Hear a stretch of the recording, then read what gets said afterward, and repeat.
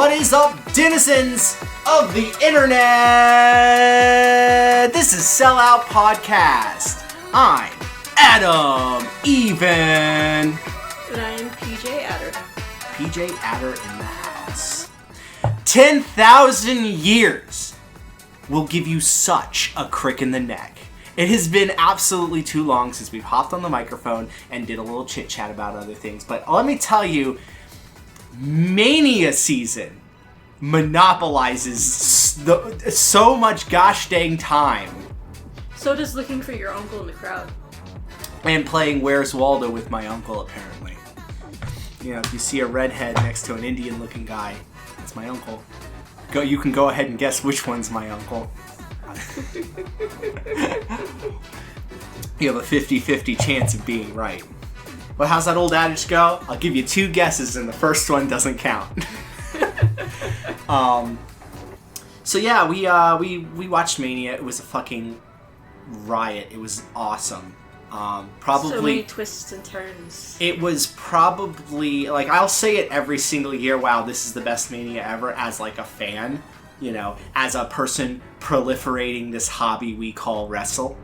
But my goodness, this is the first time, 100% without a doubt, it was the best WrestleMania of all time. Up there with WrestleMania 3. I mean, like, it had... Everybody says, man, WrestleMania 3, that's like the one people always come back to, right? But that was the best Mania. This Mania XL was the best Mania of all time. There was so much action. It was so much action. They had to literally do a smaller stage to have more audience members. That's how fucking huge it was. It wasn't XL. It wasn't XL because it was a big show, even though we got 2 feature-length Manias this year. Yeah. They did it 2 days, and both days were the length of a regular Mania. We were sitting there for about 7 hours? At least. Plus the press conferences. Mm-hmm. Which were also very good. I think wrestling is 100% back. As if it went anywhere, but wrestling is back it is reaching fans that it didn't before. It's reaching people that said, I'll never watch wrestling. But we're not here to talk about WrestleMania. Go out and check out It's All a Work. I believe it's called It's All a Work, right? I believe so. I guarantee It's All a Work did a coverage on that. We'll link them down into the description below. And that's not an obligation at all, It's All a Work, to put us in your comment section at some point. It's run by a friend of yours, right? James Starcade! Yep. A lot of history, him and I. Some of it good. But anyway, they're gonna be probably doing coverage, and if they are looking at doing any more coverage that they haven't already done, I am here to alleviate your lack of star power. I'm sorry, your show.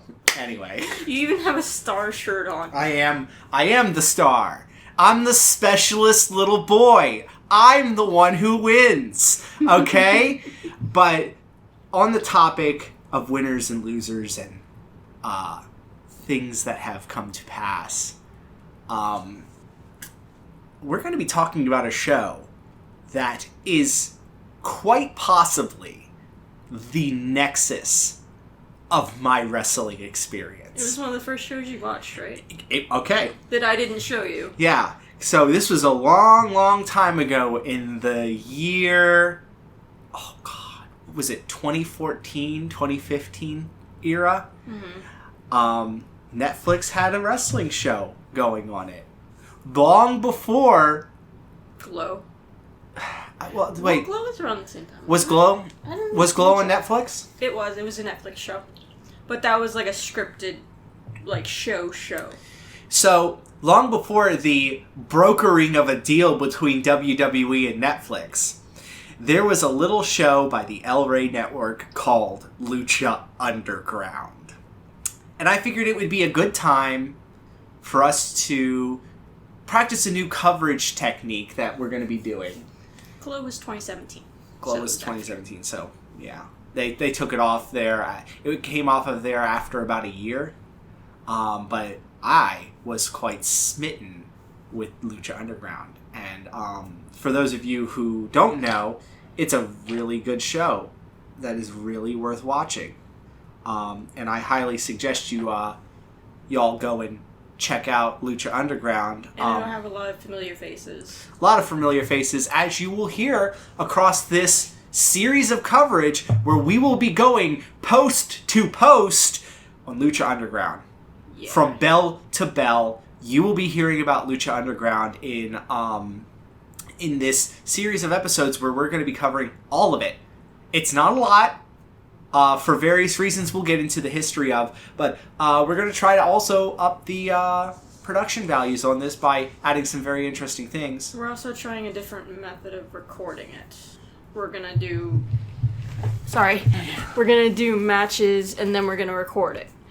And we're gonna totally reveal our production secrets to keep it totally entertaining and amazing. Sorry. Cut! Do you just want me to sit here from now on? I mean, that'd be healthy. They can't hear you when you're sitting back. But yeah, so that's what we're gonna be doing. And so we'll get into the... God damn. You're spiking the mic with your hair. Okay. This has already started to unravel, and we haven't even played the first fight. On the topic of the first fight, let's dive on in. This is episode season 1 of Lucha Underground, and it begins with a beatdown sequence. Yeah. Of a masked wrestler fighting a bunch of guys beating the shit out of somebody in the streets in a hoodie. And we know, I watched a shit ton of this while it was on Netflix. The brief stretch while it was on Netflix. Orange is the New Black season 1 was still airing at the time. And then just went... Not a sponsor, but, you know. So I already know who's under the hoodie. But this guy in a green mask, he essentially reaches out and says, "Come with me." And takes them into the world of luchadors. And takes him to the world of the Aztec temple known as Lucha Underground. And this is all we have watched so far. So we're going to probably begin watching this fight now. So, as we have found out, there was actually more to that video package than meets the eye. So the man who was essentially beating ass and helping out the hooded figure very obviously was Conan under a green mask. And then basically he talks to the guy in the hoodie about the different tribes in the Aztec warriors. Mm-hmm. And then part of that vignette was also not only talking about the history of Aztec and fighting and arena combat and all that, which is just so freaking cool. It also showed us the boss. And how he got his wrestlers. Dario Cueto, freaking... this is the 1.0 of what he's doing in the year of our Lord 2024. Going to all of these wrestling promotions and buying up these luchadors with sacks of money. Yeah, it showed him bringing a giant bag of money to Triple Mania and basically just like, we want your luchadors. Here's a bag of money for them. Yeah, and then he had a huge contract. It was like almost like a flip book of contracts. Yep. And he was ready to have them all be filled. If that meant that he bankrupted a roster, it didn't matter. No. And it also showed him putting on a jacket and having a key around his neck. This key gets addressed later multiple times. Shades of like Vince McMahon in the lockbox that we never got to see in. You know, it's very cool. And or the urn. Everything about this initial build-up is very freaking cool. It's very stylish. If you are already interested in Lucha Underground, hearing like all of this stuff, and it's pageantry to go along with it. I'm pretty sure we'll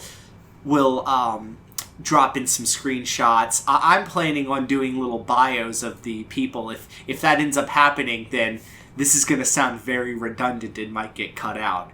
But, yeah. And if you're already interested in this, stop listening to this podcast and go watch the episode and come back and hear what we think about it. The description of Lucha Underground is luchadores use their impressive athleticism and dynamic personalities to tell stories of good and evil through traditional freestyle wrestling. Yep. Picture a lot of what they do in Ring of Honor, but like... There's no handshakes. There's none of that bullshit. I mean, it's just... It's really like the closest you're gonna get to like comic book heroes in the squared circle, and it's really something that we need today in the wrestling scene, which is this ridiculous fighting combat stuff that just goes above and beyond. They ran, what, a 3-minute vignette at the beginning? Yeah. That was the most insane, crazy crap. It was highly produced. You know, it was fast-paced, good cameras, but it didn't cut around too much. And that's the entire promotion is shit like this. You're gonna get really well produced content. It's basically you're watching a movie. That's definitely what it is. But we have somebody in the ring who is announcing the first match. So we come out of the vignette into the arena, absolutely packed. It looks like the arena's crazy. I always loved this arena. It would not be out of place if an ECW event were to show up to this essentially factory with a pit. They made it look like an actual like inside of a temple where it's like dusty and dirty on the ground. And it's got like stadium seating, but no like actual seats. It's just like, it looks carved out almost. Yeah. And then we had Dario Cueto get announced by the in-ring lady, the ring announcer person. And he comes out and make this grand speech. We skipped a step. We did?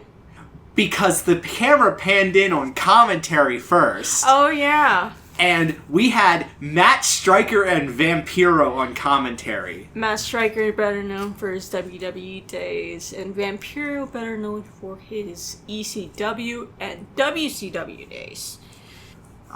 Keep your eyes peeled on Netflix, because Vampiro's probably coming back to there. So you have those two on commentary.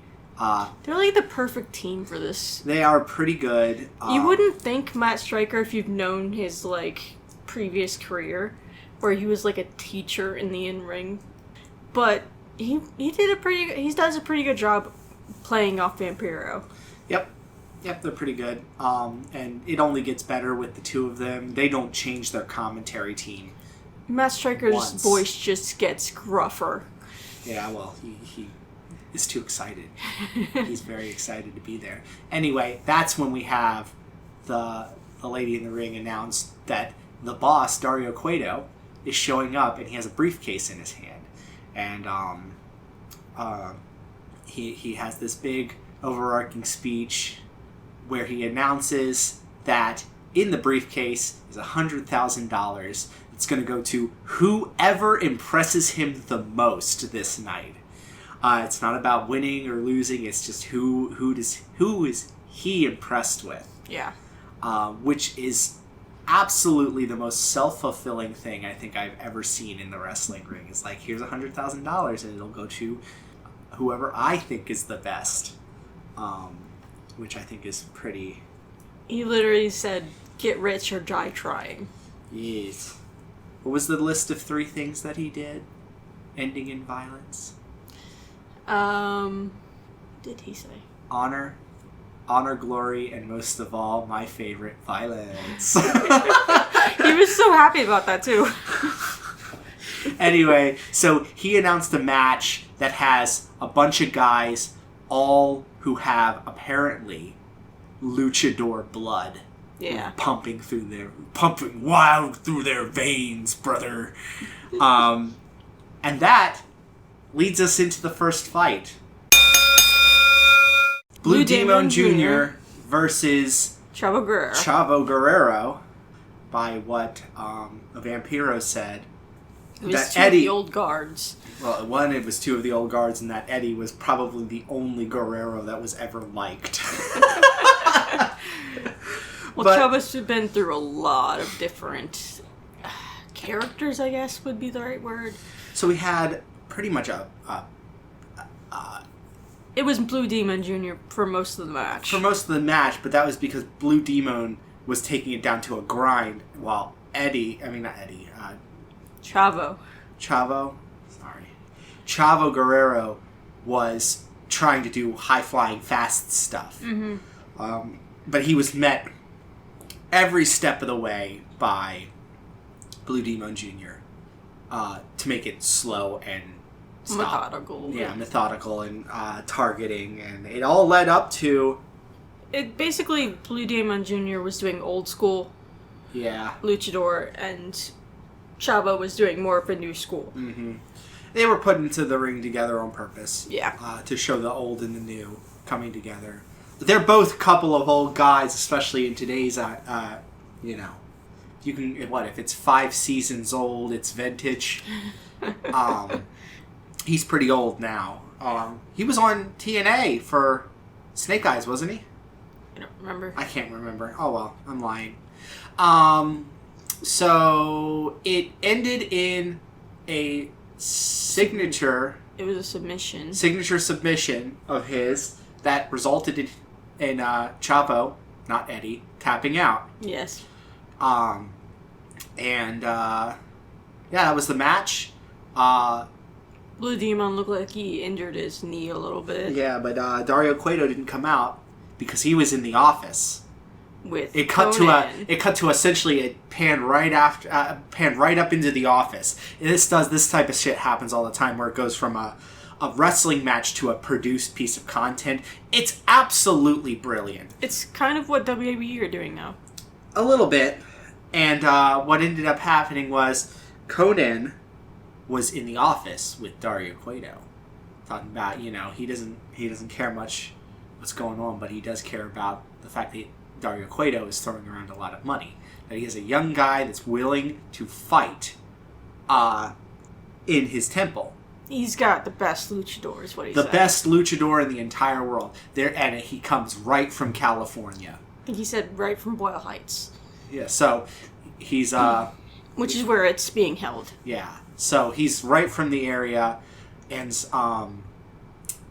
Cueto was like, alright, if he's the best, I booked the hottest free agent to teach him a lesson because he doesn't respect the temple. Yeah. He goes by many names, but here he will be going by the name Johnny Mundo. My personal favorite character on Lucha Underground, by the way. Which, if it's not obvious, is John Morrison. Yeah, he's probably the most iconic iteration of John Morrison. And those of you who have not watched Lucha Underground won't understand this until you watch it. But this is the most John Morrison we have ever had. And he's worth watching here because, man, he's John Cena tier in Lucha Underground. Oh, definitely. But he's like bad boy John Cena. Oh, definitely. He's like Dr. Thugonomus version of John Cena. Yep. But he has the power to make a lot of calls, and he uses it properly. That's what I believe the next fight is supposed to be. Well, they haven't said what the next fight is going to be. It's coming up, whether it's the main event or not. So it was a vignette with Conan. Yeah, talking about Prince Puma. Yeah. His young ward and charge, essentially. But it started out with a section where Johnny Mundo was in the back doing pull-ups. Oh, is that what it is? Yeah. Oh, okay, so then it went into the... John Morrison was getting prepared for a match while Cueto talked to a camera. No, Conan talked to the camera about his amazing find in the form of Prince Puma. a man who would really, really look familiar, but we're not going to say it here for the sake of the series. Just look at the tattoos. You know who it is. Yeah. Yeah, into a fight essentially. There's nothing really special about it's him talking about Prince Puma. That's all it really is. The shine comes later in the episode with their main event, which is going to be Johnny Mundo versus Prince Puma.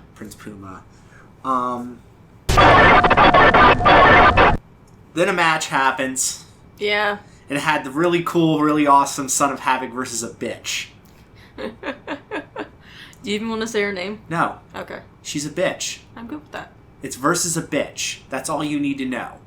If you watch Lucha Underground, you will understand why we're calling this specific person a bitch. And for this entire series, while she is around, she will forever be referred to as bitch. Yes. That's a good way to describe her. Anyway, fortunately, Son of Havoc, during the fight, pulled the tights, got the pin, and bitch lost. Yes. It was a wonderful sight. It was great to see. Even though she's a fan favorite, but this is way before. She's a fan favorite back in time. Exactly. Now she's pretty much blacklisted from every wrestling company ever. It's because she's a bitch. Don't play freaking Guess Who with the audience. Exactly. We're not going to talk about her. I'm Move not on. going to. It went into... what? It just went into a versus card. A versus card, which was Morrison and... Mundo versus Prince Puma. Yeah. Johnny And that's going to be Mundo. I believe that's the next match, isn't it? Probably. Anyway, it was a wash. That match was a wash. The best part was Son of Havoc was in it. He is a really good wrestler. He's really freaking awesome. He still goes by that name, right? I think in some places he does. He goes by... Last time we saw him, he was called Havoc. I think so. And he was all dressed in white. He looked like an executioner. He gets a partner later. He gets a manager. And, I can't yeah. remember what her name is. Who cares? It'll come up. Yeah. She's probably going to be on the next episode as his manager. Most likely. Anyway. So where did we leave off? Because we're trying to record a bit too much at a time. We left off in that last match before this one. So There was nothing in between? The next thing was Chavo and Don Cueto in the back. Okay, so it was Chavo Guerrero and Dario Cueto, and he was talking about, man, what a fucking loser.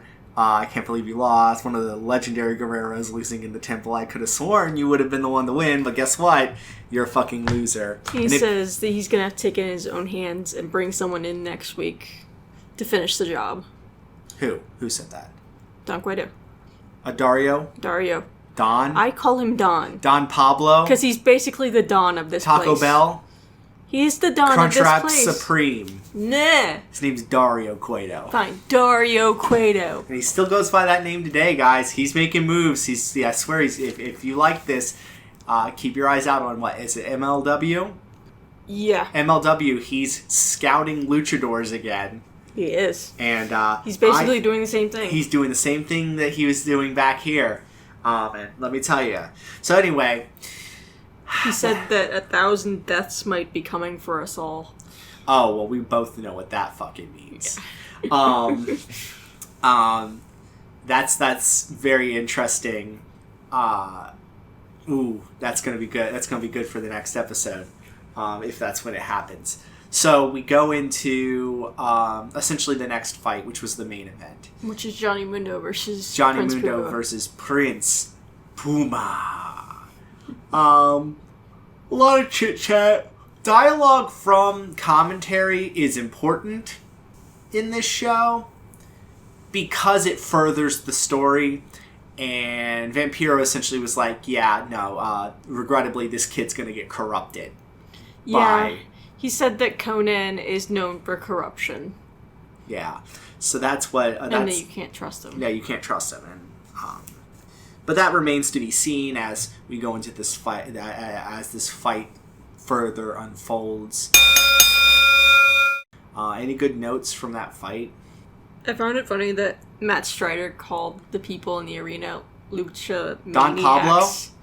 No, Matt Strider. Striker? Striker. Now you're confusing me. Strider's gonna stride? He called the fans Lucha Maniacs. Oh. What you gonna do when Lucha Mania runs wild on you? But they took this match everywhere in the arena, basically. God dang. I mean, it has the ability to go further, but not much more than what they ended up doing. A lot of suicide dives, a lot of high action. I mean, they really did save the best for last. It gave you a taste of what's to come. Oh yeah, and there's still plenty of other luchadors to be announced, and this whole first season is essentially learning what wrestling is, and then debuting the roster. I like how when they start a match, they say the following lucha. Yeah. Instead of the following match. Yeah. This was a very good first episode to set up the series, though. So, they hit their signatures, kick out, then it was a very fast-paced match. Johnny Mundo hit End of the World, or what you would know as Starship Pain. He pretty much hit all of his signature moves. He hit all of his signatures and his finisher and won. Yeah. And then Dario Cueto, also known as, came out with the briefcase and feigned giving it to Johnny Mundo. And then he essentially, what's the name of that movie where the girl reaches for the necklace and then he closes the box? Pretty Woman? He Pretty Woman's Johnny Mundo with the $100,000. And that pissed him off. Everybody was confused, like, he was supposed to get the money. He was the most impressive thing tonight. Yeah. He tried to pull it away, and then two tiny guys come out and fucking super kick him across the chin, beginning a beatdown as a third mountain man, he's huge, a mountain of a man, comes to the ring and proceeds to deliver a bigger ass whooping than we saw in the opening vignette. Yeah. I remember watching him in ECW back when he was in ECW. Oh, yeah? He was Ezekiel, I think, in ECW. Ezekiel? Yes. Elias' younger brother, Ezekiel? No. His name was Enrico. El Rico? Oh my god. Never mind. Don Cueto? Crunchwrap Supreme? I could go for one of those. Not a sponsor.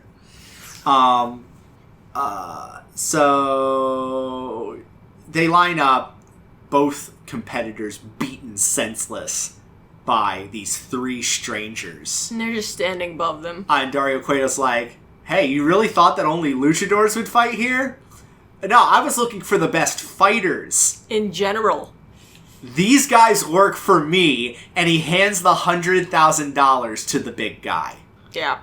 And that was the end of the show. That was the end of the show. Johnny Mundo getting the victory in the first main event of Lucha Underground, and an additional group of guys getting $100,000 richer. After beating down the Victor and Prince Puma. Well, to be fair, Dario did say his favorite virtue of lucha is violence. Yeah. So, yeah. And that is the first episode of Lucha Underground. I hope this coverage sounds really, really good once edited. And taking out all the little silences we always have. But yeah, so that was the first episode of Lucha Underground. If you guys like this and you want to see more, hey, there's a subscription button for a reason. You can push that. Leave us a like. More important than leaving us a like is if you find any person who might be interested in a wrestling podcast, or just somebody who, needs something to listen to while they drive a truck and, or do whatever.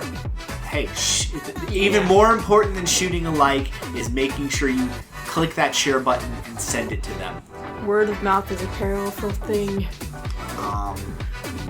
Yeah, so if you guys are also so inclined, we do have a Patreon that will be dropping down in the description. I'm going to take this one opportunity to rep it for this entire series. We'll do it at the beginning and at the end.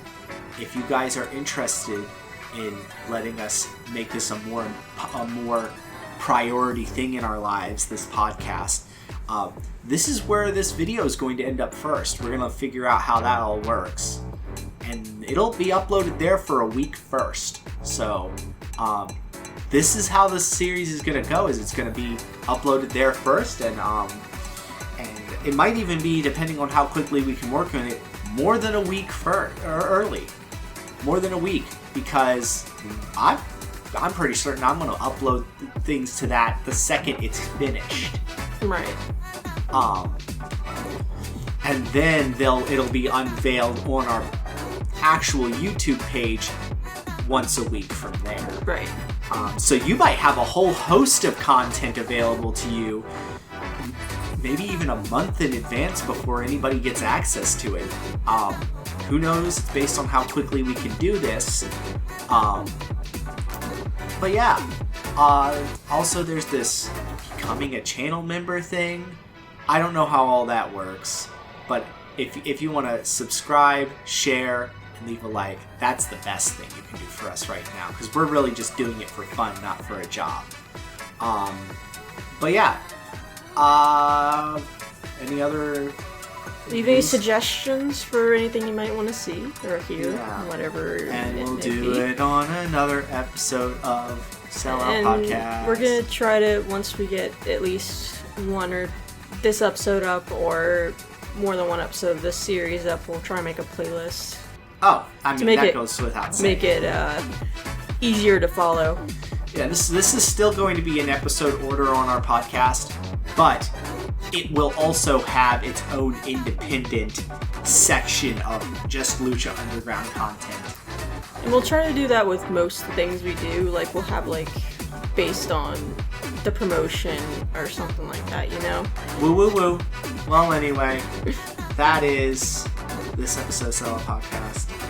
We'll catch you in the next one, which is going to be mere minutes for us, but weeks for you. It's usually the opposite, isn't it? Right? Alright. Later, folks. Bye.